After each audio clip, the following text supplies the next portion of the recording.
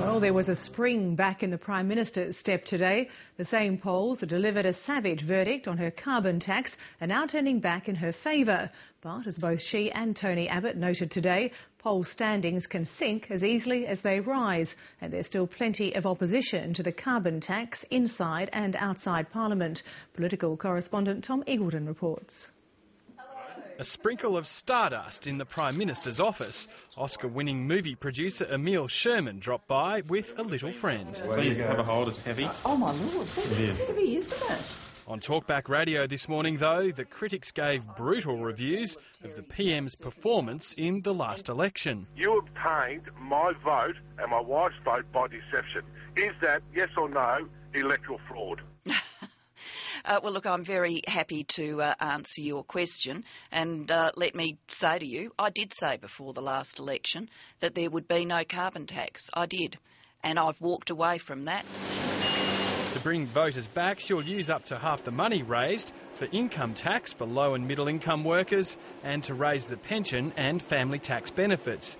But Tony Abbott's not sold. If you don't have the tax, you don't need the compensation. What he stands for is ripping money out of the purses and wallets of Australians, which the government wants to provide.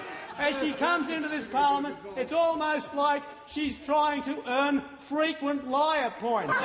But the polls are turning back in the government's favour after its popularity took a major dip in the wake of the carbon tax announcement. And Julie Gillard's turning the pressure up on coalition members who will be selling a repeal of the tax at the next election. How will she feel in her electorate, in the electorate of Macquarie, saying her political party is led by a climate change denier and that she stands for no effective action on climate change? We all know the connotation that the Prime Minister is trying to bring about by using the word denier. We know that she is trying to allude to the Holocaust. It is offensive and it must stop. When you stop denying the climate science, we'll stop calling you a denier. But it's not just the federal opposition trying to undermine the tax.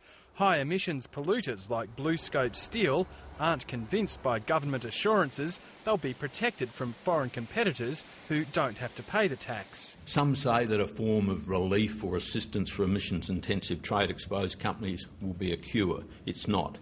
It's simply like putting a Band-Aid on a bullet wound. With the mining industry successfully having stared down the government on the minerals rent tax, the question is how far emissions-intensive trade-exposed industries will go to pressure the government on the carbon tax. We'll put as much persuasive pressure on them to try and get them to understand that the path they're currently heading down will be disastrous. We'd prefer not to be in a political party debate if we can avoid it. But we'll see how this unfolds. Other opponents to the tax are preparing for a grassroots rally being promoted on Talkback Radio in Canberra tomorrow. Organisers are expecting hundreds in attendance, including a special guest. My intention is to attend the rally and my intention is to speak at the rally. With opponents of the carbon tax getting more organised, it's little wonder reports have surfaced that the Prime Minister's department's approached advertising agencies about a so-called public information campaign, despite the fact that Julia Gillard was once a fierce opponent to taxpayer-funded political advertising. Now she says it's routine business. Tom Eagleton, Lateline.